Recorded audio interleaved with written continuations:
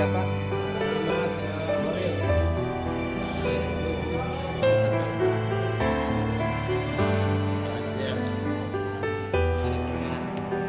Siap, terima kasih. Nama saya Heri dari Kelompok 6 akan mengerjakan tugas buat soal coach.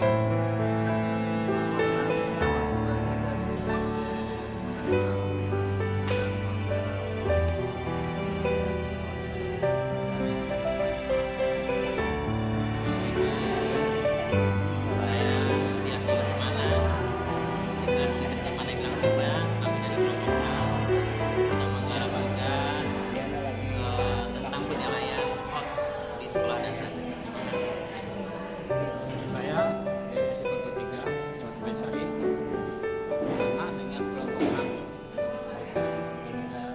mengerjakan tugas di media.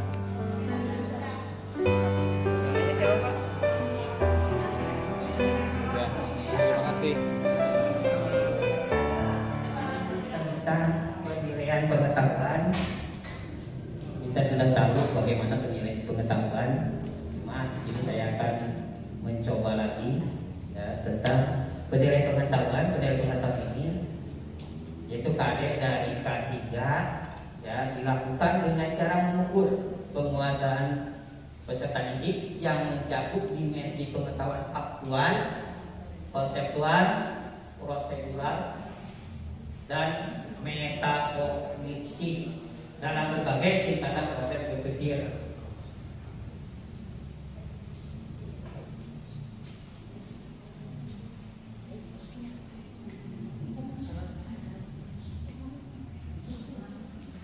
Dalam penilaian pengetahuan kemudian ada prosedur penilaian pengetahuan, di antaranya penyusunan perencanaan, kemudian pengembangan instrumen penilaian, pelaksanaan penilaian, pengolahan dan pelaporan. Serta yang kelima, pemanfaatan hasil pelaporan. Di mana di sini hasil penilaian pencapaian pengetahuan dilaporkan dalam bentuk angka, kemudian predikat dan deskripsi. Angka menggunakan rentang nilai antara 0 sampai 100. Predikat disebutkan dalam huruf A, B, C, dan D. Rentang predikat interval ini ditentukan oleh satuan pendidikan dengan mempertimbangkan KKS. Kemudian deskripsi dibuat dengan menggunakan kalimat yang bersifat memotivasi dengan pilihan kata atau rasa yang bernada positif.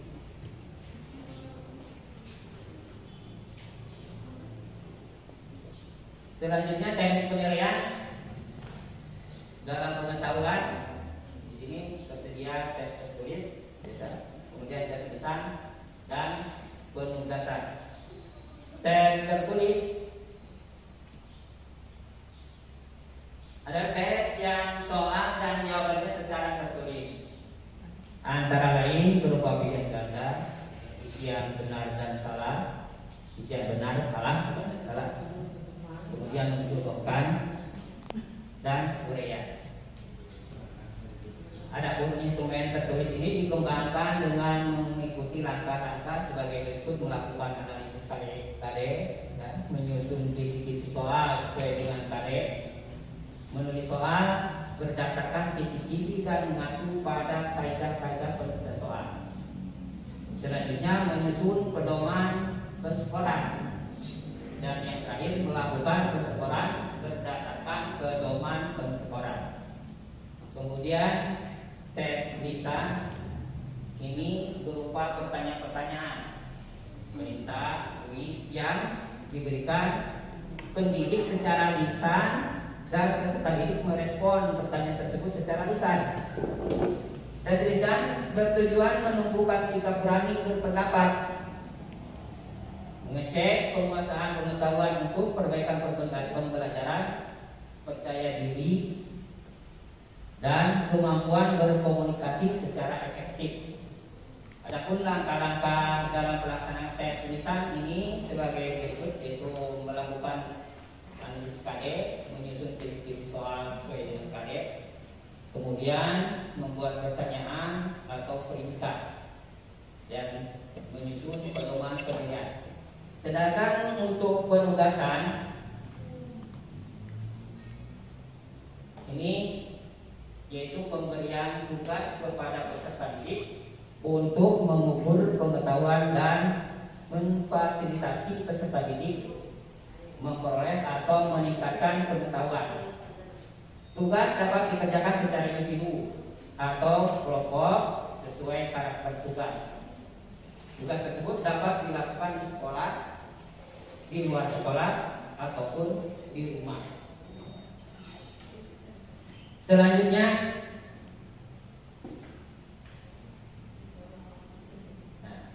untuk melihat lebih jelasnya kita lihat di skema ya, penilaian pengetahuan, penilaian pengetahuan dari tes tertulis, kemudian tes lisan, penugasan. Tes tertulis pilihan ganda, benar salah, menjawabkan isian atau melengkapi uraian. Tes lisan itu ada perintah, kuis dan tanya jawab. Sedangkan penugasan tugas yang dilakukan secara individu atau kelompok di sekolah, di luar sekolah, dan di rumah. Hanya itu yang kami sampaikan dari kelompok 5. Terima kasih. Wassalamualaikum warahmatullahi wabarakatuh. Masih semangat?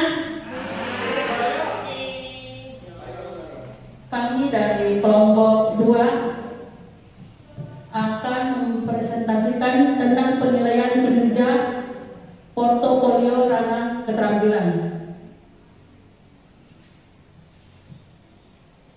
Yang pertama yaitu pengertian dari penilaian keterampilan, yaitu penilaian yang dilakukan untuk mengukur kemampuan peserta didik dalam menerapkan pengetahuan dalam melakukan tugas tertentu di berbagai macam konteks sesuai dengan indikator pencapaian kompetensi. Selanjutnya yaitu teknik penilaian keterampilan. Ada 4. Yang pertama praktik atau kinerja, yang kedua proyek, yang ketiga portofolio, dan keempat adalah produk. Di sini kami itu mengambil tentang penilaian portofolio. Penilaian portofolio merupakan penilaian berkelanjutan berdasarkan kumpulan informasi yang bersifat reflektif, integratif, yang menunjukkan perkembangan kemampuan peserta didik dalam satu periode tertentu. Lanjut. Fungsi dan tujuan portofolio yaitu untuk mengetahui perkembangan kompetensi siswa. Tujuannya ditetapkan berdasarkan apa yang harus dikerjakan dan siapa yang akan menggunakan jenis portofolio. Dalam penilaian di kelas, portofolio dapat digunakan untuk mencapai beberapa tujuan antara lain. Yang pertama yaitu mengetahui perkembangan yang dialami siswa. Yang kedua, mendokumentasikan proses pembelajaran yang berlangsung. Ketiga, memberi perhatian pada prestasi kerja siswa yang terbaik. 4, merefleksikan kesanggupan mengambil resiko dan melakukan eksperimentasi. 5, meningkatkan efektivitas proses pembelajaran. 6, bertukar informasi dengan orang tua atau wali siswa dan guru lain. 7, membina dan mempercepat pertumbuhan konsep diri positif pada siswa. Yang terakhir, meningkatkan kemampuan melakukan refleksi diri dan membantu siswa dalam merumuskan tujuan. Adapun contoh penilaian portofolio ranah keterampilan.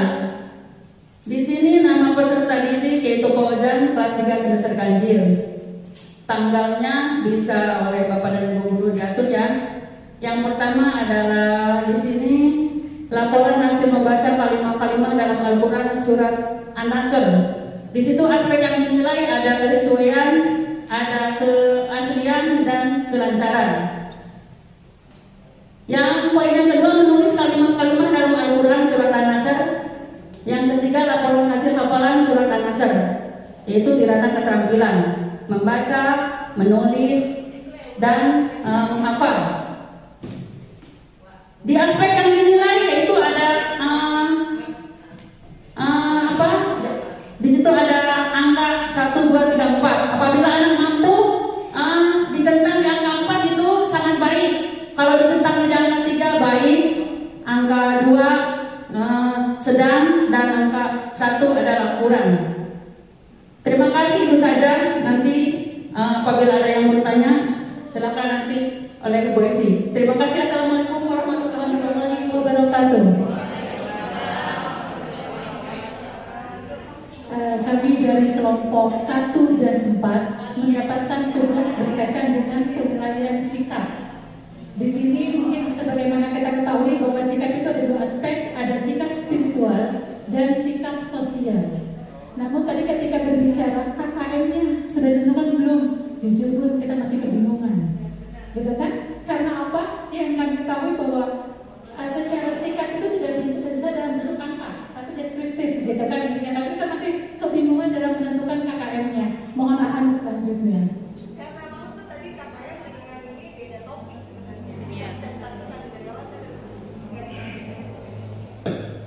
Kalau untuk pengertian dan sebagainya yang saya bacakan dari penilaian sikap, di sini mungkin diperoleh dari buku yang tadi di-share atau dibagikan oleh Bunda Hana, di mana penilaian sikap itu direncanakan berdasarkan KI 1 dan KI 2, direncanakan dan ditetapkan dalam pembelajaran sesuai dengan kegiatan pembelajaran, dan kalau penilaian sikap dilakukan di luar pembelajaran itu dilakukan secara normal tanpa ada settingan bila siswa bisa dilihat sikap yang jujur, disiplin dan sebagainya, itu secara normal, secara bagaimana aturan siswa itu sendiri. Selanjutnya tadi kami dari kelompok 1, di sini ada Bu Amhamdana, ada Bu Haji Anang Hamidah, ada Bu Mas Nayana, kemudian ada Pak Topan Sugi yang paling ganteng di kelompok 1, kemudian saya sendiri atau Maesaro, dan untuk kelompok 4 ada Ibu Nurong Komariah, Ibu Luli Nur Hayati, Ibu Samsira Miyati, Ibu Sophia, dan Ibu Toeha. Lanjut di sini prosedurnya dan bagaimana cara menilai sikap. Yang pertama, mengamati perilaku peserta didik pada saat pembelajaran maupun di luar pembelajaran. Selanjutnya, mencatat sikap dan perilaku peserta didik yang sangat baik, cukup, dan perlu bimbingan, dan menindaklanjuti hasil pengamatan. Di sini untuk sikap spiritual, tadi kan berbicara kompetensi kadernya dimunculkan. Kami mengambil materi di kelas 6, KI 1.1, terbiasa membaca Al-Quran dengan tartil dan benar. IPK-nya peserta didik dapat membiasakan membaca Al-Quran.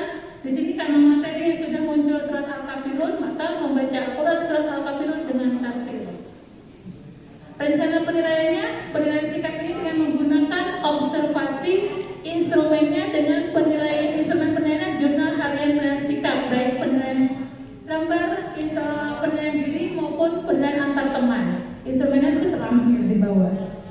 Kemudian untuk sikap sosial, kami ambil juga dari KI 2-nya, 2.1, menunjukkan perilaku toleran, simpati, waspada, berbaik sangka, dan hidup rukun sebagai implementasi dari Quran Surat Al-Kafirun, Al-Maidah ayat 2 dan 3, dan Surat Al-Hujurat ayat 12 sampai 13. IPK-nya, peserta didik dapat menampilkan sikap toleran dan simpati sebagai implementasi Quran Surat Al-Kafirun, karena materi kami hanya Quran Surat Al-Kafirun. Untuk rencana penilaian sama observasi dan penilaian baik penilaian diri maupun penilaian antar teman. Instrumen terlampir. Berikut instrumen penilaian diri. Di sini di penilaian diri diisi secara jujur oleh masing-masing siswa. Di mana kami coba di sini ada identitas siswa, nama siswa, kelas, dan semester. Petunjuknya sudah jelas, berikan tanda centang pada kolom ya atau tidak sesuai dengan keadaan sebenarnya.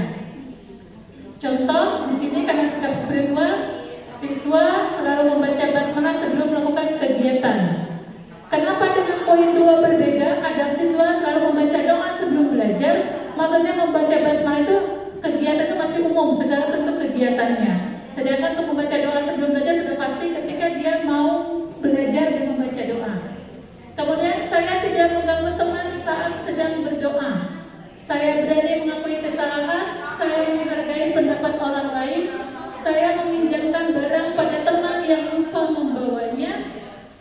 mengembalikan barang yang saya pinjam, dan saya mencium tangan orang tua saat berangkat ke sekolah. Jujur teman-teman semua, lembar penilaian ini, instrumen ini, kita mungkin copy paste yang ada di buku tadi Bu. Bagaimana lembar penilaian dirinya? Ya atau tidak, itu kembali kita mengacu pada kejujuran siswa itu sendiri karena untuk penilaian diri. Sedangkan untuk penilaian antar teman, di sini ada dituliskan teman siapa yang dinilai dan siapa yang menilainya. Sama yang lainnya memberikan centang ya atau tidak pada kolom yang disediakan. Di sini teman saya selalu membaca basmalah sebelum melakukan kegiatan. Kita bisa melihat teman yang kita nilai siapa. Benar nggak dia membaca basmalah ketika sebelum melakukan kegiatan? Bukan hanya berdoa sebelum belajar, tapi semua kegiatan yang dia lakukan, baik mau minum, mau makan dan sebagainya. Kemudian yang kedua, teman saya selalu berdoa sebelum belajar. Itu otomatis pada saat berdoa, temannya ikut berdoa atau tidak. Kemudian teman saya tidak mengganggu teman saat sedang berdoa. Biasanya kan ada juga teman kita, anak-anak kita ketika sedang melakukan aktivitas berdoa tersebut, maka tindak lanjutnya tidak diisi. Saya kita memberikan penguatan atau memberikan penguatan agar dia lebih rajin lagi ketika berdoa. Selanjutnya yang kedua, Pak Topan. Pak Topan itu ketika membagi kelompok, dia hanya satu kelompok maunya dengan teman sekampungnya. Karena kalau di sekolah biasanya teman-teman satu wilayah kedaerahannya. Sehingga bentuk sikapnya toleransi kedaerahan sesuai dengan materi tentang toleran. Kemudian tindak lanjutnya guru memberikan bimbingan karena siswa tersebut perlu dibimbing dan dilibatkan dalam kelompok belajar yang tidak mampu. Gitu kan, itu yang kita lakukan.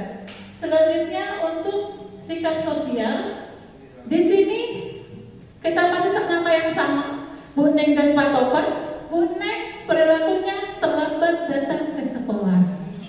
Nah, butir sikapnya disiplin. Karakter tadi yang kita tahu kan disiplin itu muncul gitu kan, sehingga tindak lanjutnya perlu dibimbing bagaimana supaya Bu Neng tersebut tidak terlambat datang. Kemudian Pak Topan ikut nengok teman yang sedang sakit. Ketika teman di kelasnya ada yang sakit, dia ikut dengan teman yang lain atau dengan gurunya menengok temannya, sehingga butir sikapnya tetap simpati.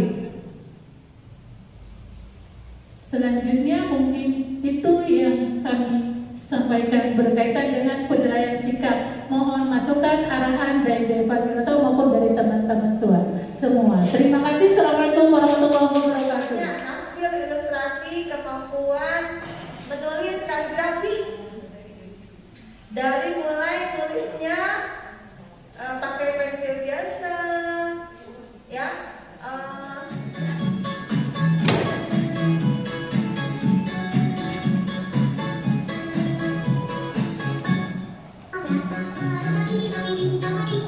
Thank you.